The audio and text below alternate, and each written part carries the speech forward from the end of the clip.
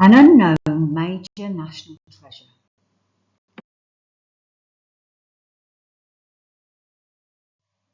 This is the story of a most remarkable major national treasure that is virtually unheard of even to the people that walk past it every day in the Hertfordshire city of St Albans.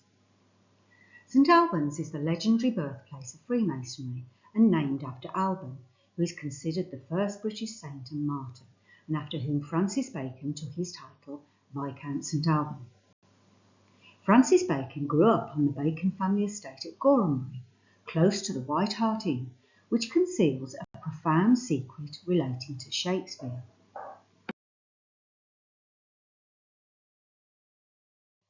Located at the edge of the Bacon family estate at Gorhambury, a couple of miles east, is the subject of our story.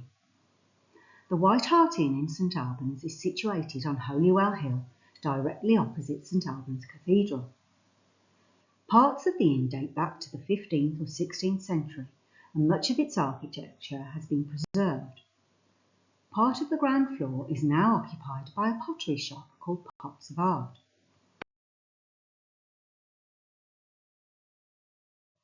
In 1985, during renovations being undertaken at the White Hart Inn by Benskins the Brewers, who owned the building, a mural of 20 feet by 10 feet was discovered over one wall.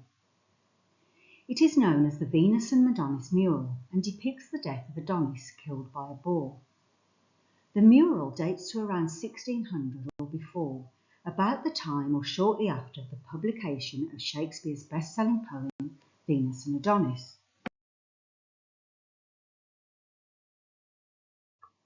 The renowned medieval archaeologist Dr. Clive Rouse, together with experts from the Warburg Institute at London University, confirmed that the mural depicted the death of Adonis, the theme of the Shakespeare narrative poem Venus and Adonis, first published in 1593.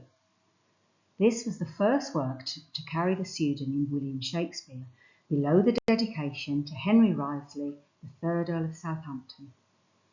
At the top of the page stands a Baconian Rosicrucian AA headpiece.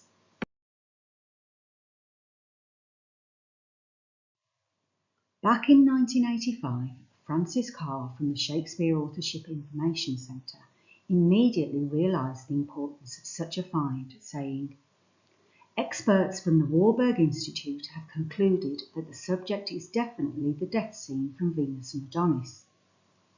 The giant painting may cover all 3 walls of this room. It must have been commissioned for a special purpose, probably for meetings of a Rosicrucian lodge."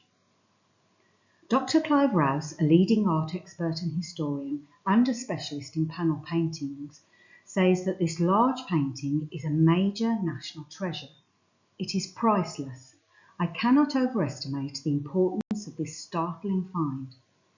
There is no Elizabethan wall painting of better artistic quality outside the great houses like Hampton Court.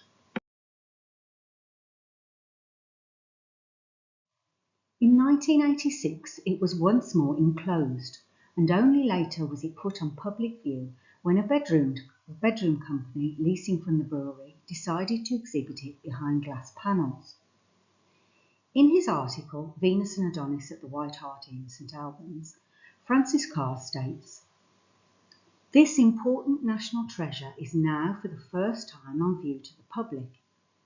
Here is the only contemporary painting in the world of a Shakespeare work. The message of this mural is unmistakable. The painting dates from a few years after the publication of Venus and Adonis in 1593. With its clear Rosicrucian symbolism, it constitutes yet another indication that the author of the Shakespeare plays was Francis Bacon, who lived only 2 miles away at Gorhambury."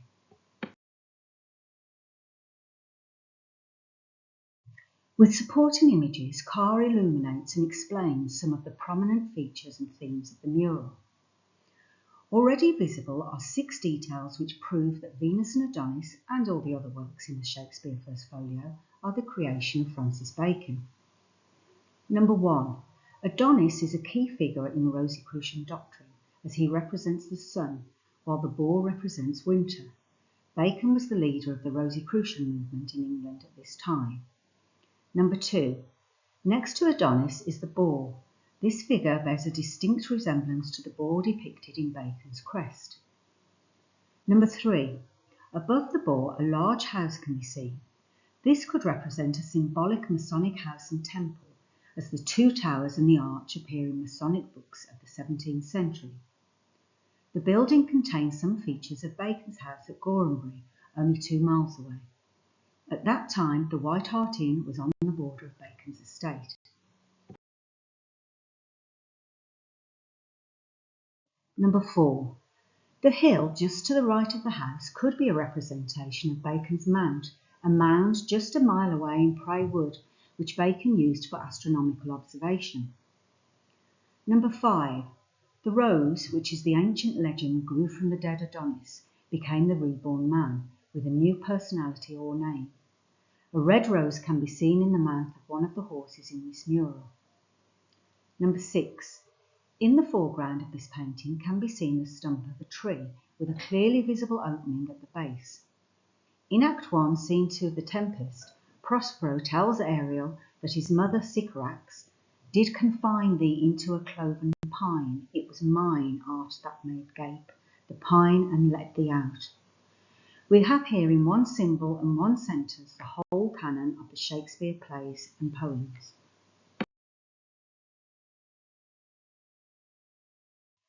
You might think that there would have been a flurry of excitement in the press and the worldwide media. After all, Shakespeare was at the heart of the discovery, and anything, no matter how trivial, always receives attention, let alone a startling, priceless, major national treasure depicting Shakespeare's first poem. But no, you'd be wrong. Only 2 small mentions appear in the local press, the Hert's Advertiser, by reporter John Manning.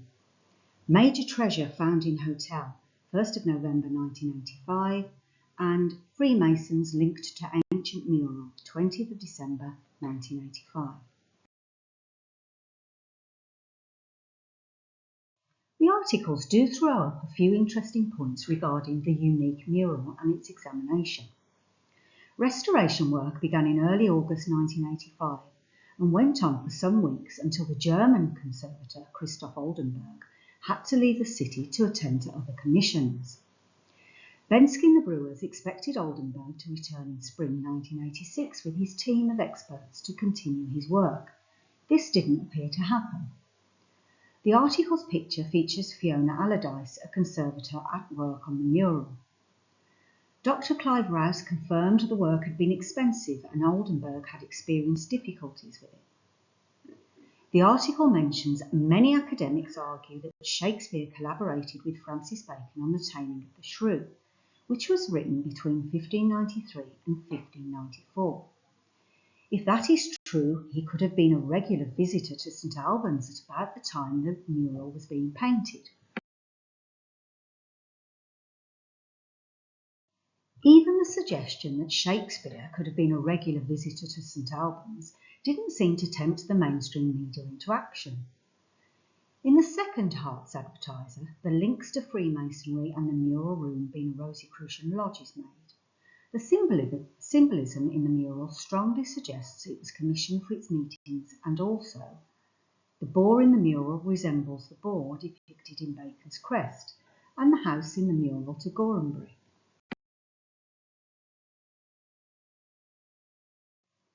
The red rose seen in the mouth of the horse is the key central symbol of his Rosicrucian brotherhood. The word Rosicrucian is derived from Rose Cross, and Christian Rosenkreuz in the third Rosicrucian document, The Chemical Wedding, adorns a red cross and roses as symbols of the Rosicrucian brotherhood. The secret order is often referred to as the Brotherhood of the Rosy Cross, and the title pages of its publications depict the symbol of the rose. The phrase sub rosa, which means to communicate in secret, is a key central tenet of the Rosicrucian Brotherhood. A secret society which still exists today has been linked with the ancient mural.